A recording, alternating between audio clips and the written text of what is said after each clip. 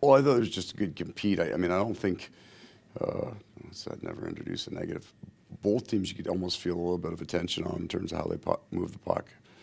The storyline was probably slightly different, right? You got the third and fifth highest scoring teams in the NHL this year, and based on games, you've got the third and fourth goalies on depth charts playing in games, and the two of the best players on the ice were in the net, right? The guys with the least experience. And so it became a goalie duel.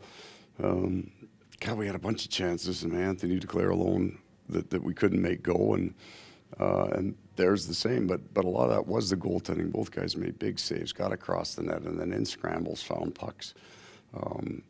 So it remained a very tight team. So it was a kind of a great learning experience for both teams because both of them score.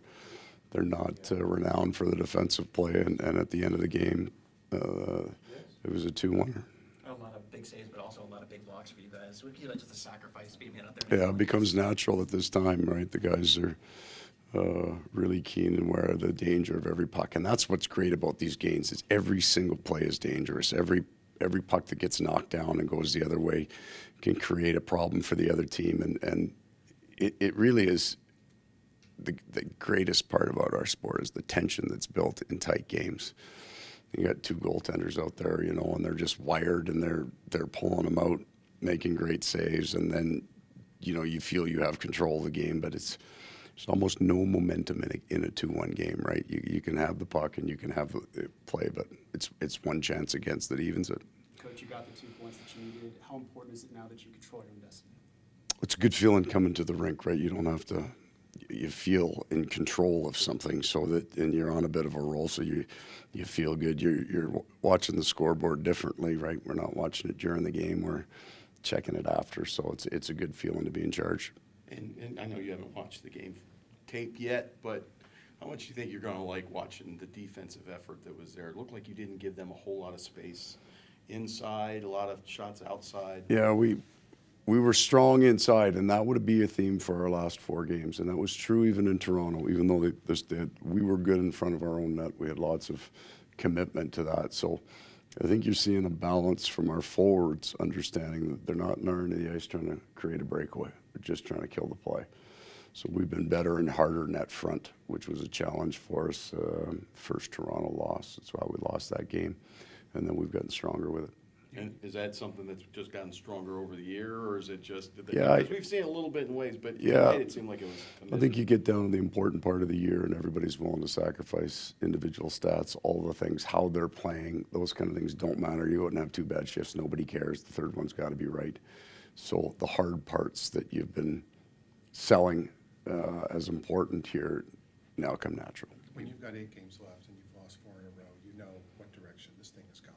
What is it about this room that was able to turn this thing around and control your destiny? Some point in the room, at some point your players take over your room, and I mean, we've got work to do here, but we're on that path. I mean, the benches, they're talking to each other on the bench, not asking questions. They're driving the bench now, and there's a good leadership and a real tight room, but the players have to take over the bench at some point. I feel it's happening.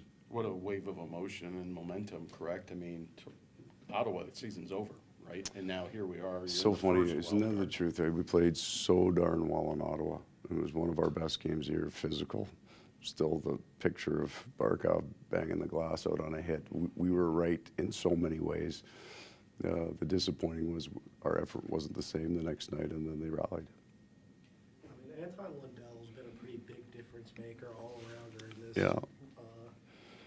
4-game win streak. How big has that development? It's been a critical piece to us surviving for sure.